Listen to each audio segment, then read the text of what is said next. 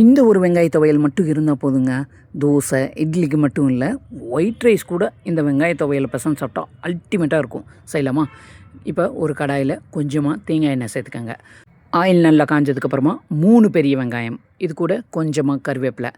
காரத்துக்கு நான் ஒரு 6 வரமிளகாய் சேர்த்துறேன். உங்கள் காரத்துக்கு ஏற்ற மாதிரி வரமிளகாயை கூட்டி குறைச்சி சேர்த்துக்கோங்க. இப்போ இந்த வெங்காயம் பாதி அளவுக்கு நல்லா வதங்கி வரணும். பாருங்கள், இந்த அளவுக்கு நல்லா கண்ணாடி பதம் வந்ததுக்கப்புறமா அரை மூடி தேங்காயை இது கூட கடைசியாக சேர்த்துங்க. சேர்த்துட்டு இந்த தேங்காய் நல்லா இளம் பொன்னிறமாகிற வரைக்கும் நல்லா வதக்கி விடணும். பாருங்கள், தேங்காய் நல்லா வதங்கி இந்த அளவுக்கு பொன்னிறமாக வதங்கணும். பாருங்கள், இந்த அளவுக்கு பொன்னிறமாக வந்ததுக்கப்புறமா ஸ்டவ்வை ஆஃப் பண்ணிடுங்க. இப்போ இதை நல்லா ஆற வச்சுருங்க. நல்லா ஆறினதுக்கப்புறமா இதை எல்லாத்தையும் ஒரு மிக்ஸி ஜாரில் சேர்த்திடுங்க.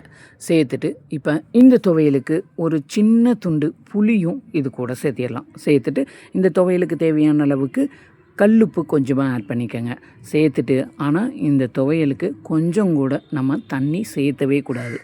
தண்ணியே இல்லாமல் நல்லா பல்ஸ் பண்ணி கொரப்பாக ஒரு 80 to 90% கொரப்பாக இருக்கிற மாதிரி அரைச்சி எடுத்திங்கன்னா தோசை, இட்லி, நல்லா சுட சுட சாதம் போட்டு அதில் இந்த துவையல் கொஞ்சமாக போட்டு பிசைஞ்சு ஒரு அப்பளம் மட்டும் வச்சு சாப்பிட்டிங்கன்னா அல்டிமேட்டாக இருக்கும்.